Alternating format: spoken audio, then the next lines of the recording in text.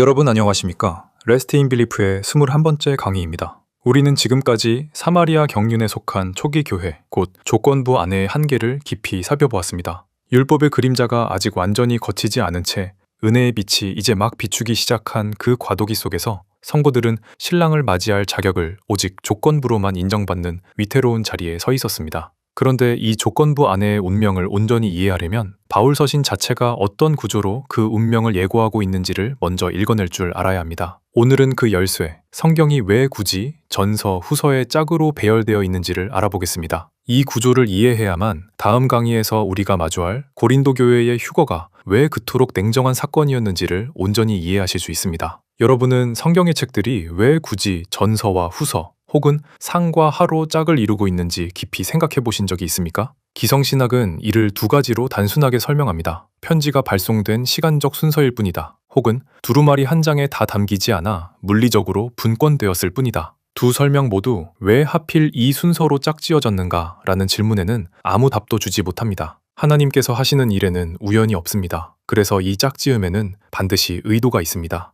이 구조를 이해하기 위해서는 성경 전체를 관통하는 하나의 좌표축을 먼저 깨달아야 합니다. 그것은 바로 하늘과 땅입니다. 이 좌표축이 얼마나 근원적인지 성경의 첫 문장이 이미 증명하고 있습니다. 태초에 하나님께서 하늘과 땅을 창조하셨느니라. 성령님께서 기록하신 이 순서를 보십시오. 하늘이 먼저이고 땅이 두 번째입니다. 그리고 바로 다음 절에서 이 순서의 의미가 곧바로 드러납니다. 그런데 그 땅은 형체가 없고 공허하였으며 어둠이 깊음의 표면 위에 있었더라. 두 번째로 언급된 영역, 땅이 홀로 조명되는 그 순간, 그곳은 형체가 없고 공허하였으며 어둠이 지배하는 혼돈으로 묘사됩니다. 하늘이 먼저 질서로 선포되고 땅이 그 다음 혼돈으로 드러나는 이 원형이 이후 성경 전체에서 전서와 후서, 상권과 하권이라는 형태로 계속 반복되는 것입니다. 첫 번째 책, 곧 전서와 상권은 시선이 위, 곧 하늘을 향합니다. 하나님의 영광이 임하고 성도가 하늘의 형체를 향해 올라가는 상승의 방향입니다. 두 번째 책, 곧 후서와 하권은 시선이 아래, 곧 땅을 향합니다. 하늘의 영광이 떠난 자리에 인간의 정욕과 원수의 반역, 배교와 혼돈이 들어차는 하강의 방향입니다. 이 좌표축은 구약의 역사서에서 3번에 걸쳐 그 원형을 반복해서 드러내고 있습니다. 사무엘상의 시선은 하늘을 향해 있습니다. 사람이 요구한 왕 사울이 폐위되고 하나님의 마음에 합한 자인 다윗이 기름 부음을 받아 세워지는 이 책은 하늘의 뜻이 이 땅에 임하는 통치의 질서를 그립니다. 그러나 사무엘하로 넘어오면 그 위대한 다윗이 어디로 곤두박질칩니까? 옥상에서 목욕하는 여인을 탐하는 땅의 정욕, 곧 밧세바 사건으로 추락합니다. 그 이후 사무엘하는 철저히 땅의 핏빛 현실을 조명합니다. 압살롬의 반역과 근친상간, 칼이 내 집에서 영원히 떠나지 아니하리라는 저주가 하권을 지배합니다. 열왕기상의 클라이맥스는 솔로몬의 성전 건축입니다. 성전을 봉헌할 때 하나님의 영광이 하늘로부터 구름같이 빽빽하게 내려와 성전을 채웁니다. 하늘의 영광이 지상에 입성하는 순간입니다. 그러나 열왕기하로 넘어가면 이스라엘의 왕들은 하늘을 버리고 바알과 아세라라는 철저한 땅의 신들을 섬깁니다. 그 결과 하늘의 영광은 떠나버리고 백성들은 쇠사슬에 묶인 채 이방의 땅 바빌론으로 끌려가는 멸망으로 끝을 맺습니다. 역대기상은 사무엘서와 같은 시대를 다루면서도 놀랍게도 다윗의 밧세바 범죄를 텍스트에서 완전히 지워버렸습니다. 그런데 이 책은 또 다른 다윗의 죄, 곧 인구조사 사건만큼은 그대로 기록합니다. 언뜻 모순처럼 보이지만 이 두 죄의 결말이 향하는 방향을 보면 답이 나옵니다. 밧세바 사건의 결말은 압살롬의 반역과 근친상간, 다윗 가문의 철저한 붕괴, 곧 땅으로 추락하는 혼돈이었습니다. 그래서 땅의 붕괴를 다루는 사무엘 하에는 기록되지만 하늘의 영광만을 다루는 역대기상에서는 삭제됩니다. 그러나 인구조사 사건의 결말은 무엇입니까? 그 심판의 칼날이 멈춰서 선 곳이 바로 여부스 사람 오르난의 타작마당이었습니다. 다윗이 그 자리를 값을 주고 사서 번제를 드렸을 때 성경은 이렇게 기록합니다. 그러고 나서 다윗이 주께 거기서 제단을 쌓았고 번제물들과 화평제물들을 바쳤으며 주를 불렀더라. 그러자 그분께서 그에게 하늘에서부터 번제물의 제단 위에 불을 내려 응답하셨더라. 하늘로부터 불이 내려와 응답하셨습니다. 그리고 다윗은 곧바로 선언합니다. 이것은 주 하나님의 집이요. 인구조사라는 죄는 훗날 하늘의 영광이 내려올 성전의 물리적 좌표를 사법적으로 확정짓는 사건으로 귀결되었습니다. 그 결말이 하늘을 향해 있었기에 이 사건만큼은 하늘의 책인 역대기상에 남아있을 자격을 얻은 것입니다. 즉 역대기상과 역대기하를 가르는 진짜 기준은 그 사건 자체의 도덕성이 아니라 그 사건이 최종적으로 향하는 방향, 곧 하늘이냐 땅이냐입니다. 그러나 역대기하로 넘어가면 그 하늘을 향했던 질서가 유다 왕들의 배교로 인해 어떻게 무너지는지가 적나라하게 드러납니다. 성전이 불타고 귀한 기물들이 땅의 심장부인 바빌론으로 약탈당하는 붕괴로 학원은 마무리됩니다. 각 권이 마지막에 우리를 어디로 데려다 놓는지 그 무게중심을 보십시오. 세 쌍 모두 첫 번째 책은 하늘을 향해 상승하고 두 번째 책은 땅을 향해 하강합니다. 이 반복은 우연이 아니라 하나님께서 성경의 배열 자체에 새겨두신 하나의 원리를 시사합니다. 그렇다면 이 좌표축을 바울의 세 쌍의 주요 서신서, 곧 데살로니가와 고린도와 디모데에 적용해 보십시오. 바울 서신의 짝은 단순히 같은 교회에 보낸 두 통의 편지가 아닙니다. 하늘을 향해 상승하는 국면에서 땅으로 하강하는 국면으로 향하는 두 북면을 예언적으로 그려내는 한 쌍의 그림입니다. 그리고 이 세 쌍은 각각 다른 각도에서 이 원리를 증명합니다. 첫 번째 쌍은 휴거라는 시간적 사건의 하늘과 땅을, 두 번째 쌍은 교회 내부의 영적 상태가 향하는 하늘과 땅을, 세 번째 쌍은 그 혼돈 속에서 개인이 서야 할 자리에 하늘과 땅을 보여줍니다. 먼저 데살로니가 전후서입니다. 데살로니가 전서의 방향성은 철저하게 위, 곧 하늘을 향해 있습니다. 이 서신의 분위기는 매우 따뜻하고 희망찹니다. 바울은 환란 속에서도 믿음과 사랑과 소망의 인내를 지켜낸 데살로니가 성도들을 칭찬하며 교회가 영적으로 아름답게 세워지는 과정을 묘사합니다. 그리고 이 첫 번째 책의 결론은 성도들이 땅을 벗어나 공중, 곧 하늘에서 주님을 만나는 사건입니다. 이는 주께서 환호와 천사장의 음성과 하나님의 나팔 소리와 함께 하늘로부터 친히 내려오실 것이기 때문이라. 그리하면 그리스도 안에서 죽은 자들이 먼저 살아나리라. 그 다음에 살아서 남아있는 우리도 구름들 속으로 그들과 함께 붙들려 올라가 공중에서 주를 만나리라.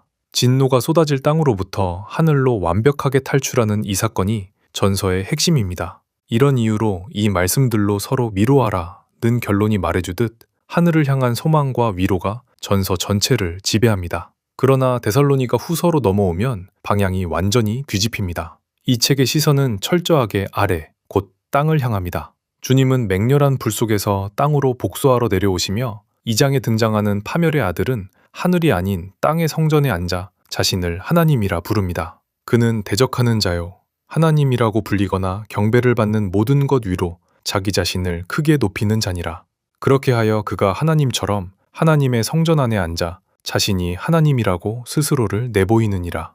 전서가 하늘에서의 위로였다면 후서는 땅에 쏟아지는 극심한 환란과 심판입니다. 첫 번째 책이 하늘을 향해 상승하면 반드시 두 번째 책이 땅을 향해 하강한다는 이 법칙은 데살로니가 전후서에서 정확하게 입증됩니다. 이 첫 번째 쌍에서 우리는 하늘을 향한 자가 하늘로 올라간다는 원리를 확인했습니다. 그렇다면 아직 하늘의 형체를 온전히 갖추지 못한 채 여전히 육신적이고 땅에 발을 깊이 딛고 있던 교회에게도 이 동일한 원리가 적용될까요? 다음은 고린도 전후서입니다. 고린도전서가 15장 부활장으로 끝나는 이유가 무엇입니까? 이 썩어질 땅의 몸을 벗고 하늘에 속한 형체를 입는 것이 첫 번째 책의 최종 목적지이기 때문입니다. 우리가 땅에 속한 그 사람의 형상을 지닌 것 같이 또한 하늘에 속하신 그분의 형상을 지니게 되리라.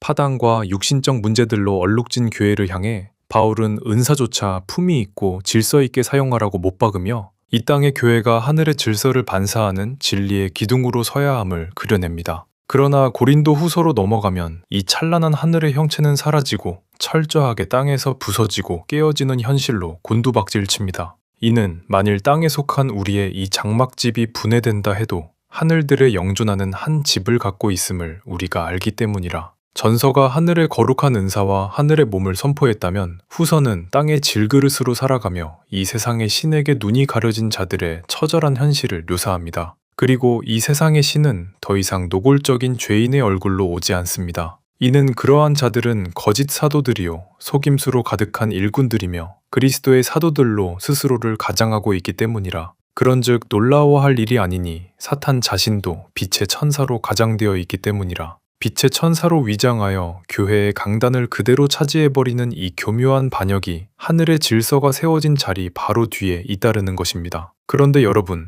여기서 반드시 짚고 넘어가야 할 것이 하나 있습니다. 고린도전서가 그려낸 그 찬란한 하늘의 형체, 곧 몸의 부활이라는 청사진이 이 교회의 실제 얼굴이었습니까? 결코 아닙니다. 이 교회는 파당으로 찢기고 심지어 이방인들조차 이름 부르기를 꺼리는 죄악이 벌어지던 우리가 지난 19강과 20강에서 확인했던 바로 그 조건부 안에 곧 음행하면 언제든 이혼당에 잘려나갈 수 있는 위태로운 정혼자들의 집합소였습니다. 창세기 1장이 하늘과 땅을 나누어 창조하셨듯 하나님은 구원받은 자들 가운데서도 하늘에 속한 백성과 땅에 속한 백성을 나누십니다. 고린도 교회는 분명 십자가의 피로 하늘에 속한 백성으로 부름을 받았습니다. 그러나 하늘의 형체가 아니라 땅의 장막에 뿌리를 내리고 있던 이 조건부 아내들에게 바울은 왜 굳이 하늘에 속한 몸이라는 소망을 선포했을까요? 이 질문은 잠시 품고 가겠습니다. 마지막 세 번째 쌍, 디모데 전후서를 마저 보고 나서 다시 이 질문으로 돌아오겠습니다. 디모데 전서에서 바울은 교회를 이렇게 세웁니다. 이 집은 살아계신 하나님의 교회이자 진리의 기둥과 터전이라. 이것은 땅에 세워졌으나 철저히 하늘의 법으로 통치되는 하나님의 집입니다. 모든 것이 제자리에 있고 건전한 교리가 선포되며 직분자들이 경건함 속에서 교회를 이끌어가는 찬란한 하늘의 대사관. 이것이 디모데 전서가 그리는 세워짐의 그림입니다. 그러나 디모데 후서를 펼치면 이 하늘의 질서는 온데간데 없이 사라져버립니다. 이 책의 무대는 따뜻한 목양실이 아니라 로마의 가장 깊은 땅, 곧 지하 감옥입니다. 바울은 이렇게 탄식합니다. 이는 데마가 이 현 세상을 사랑하여 나를 저버리고 데살로니가로 떠났기 때문이라. 데마가 사랑한 이 현 세상은 다름 아닌 땅입니다. 하늘의 소망을 버리고 땅을 사랑한 자의 이름이 바울의 편지 위에 이렇게 새겨진 것입니다. 그리고 아시아에 있는 모든 자가 바울을 떠났고 감독과 집사라는 거룩한 직분의 자리는 배교자들과 대적자들로 대체됩니다. 하늘의 시스템이 땅의 현실 속에서 파산하는 것입니다. 그런데 이 세 번째 쌍은 앞선 두 쌍과는 또 다른 결말로 나아갑니다. 디모데 후서에서는 이미 외적인 교회의 시스템 자체가 무너져 내렸습니다. 그래서 바울은 이 편지 2장에서 교회를 넓은 집에 비유하며 이제는 그 집 전체가 깨끗할 것을 기대하기 어렵기 때문에 만일 어떤 사람이 이런 것들에서 자신을 깨끗하게 한다면 그는 존귀에 이르는 그릇이 되어 라고 권면합니다.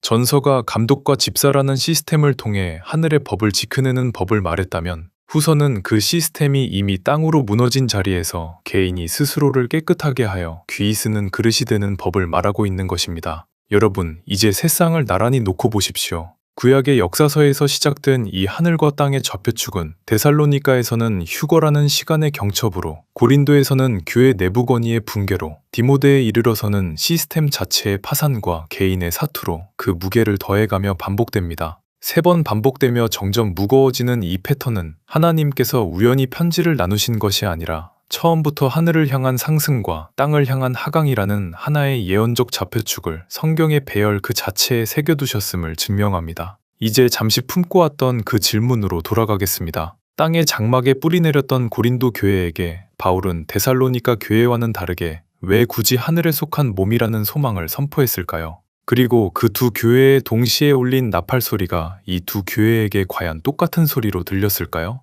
그 나팔은 모든 성도를 예외 없이 하늘로 데려가는 낭만적인 구출이었을까요? 아니면 각자가 바라본 방향에 따라 전혀 다른 판결을 내리는 무서운 관문이었을까요? 다음 22강에서 우리는 마침내 이 사마리아 교회를 덮치는 전무후무한 사건, 바로 휴거의 현장 그 자체로 들어가 이 질문의 진실을 확인하겠습니다. 시대의 뼈대를 세우는 레스트 인 빌리프, 다음 강의를 절대 놓치지 마십시오.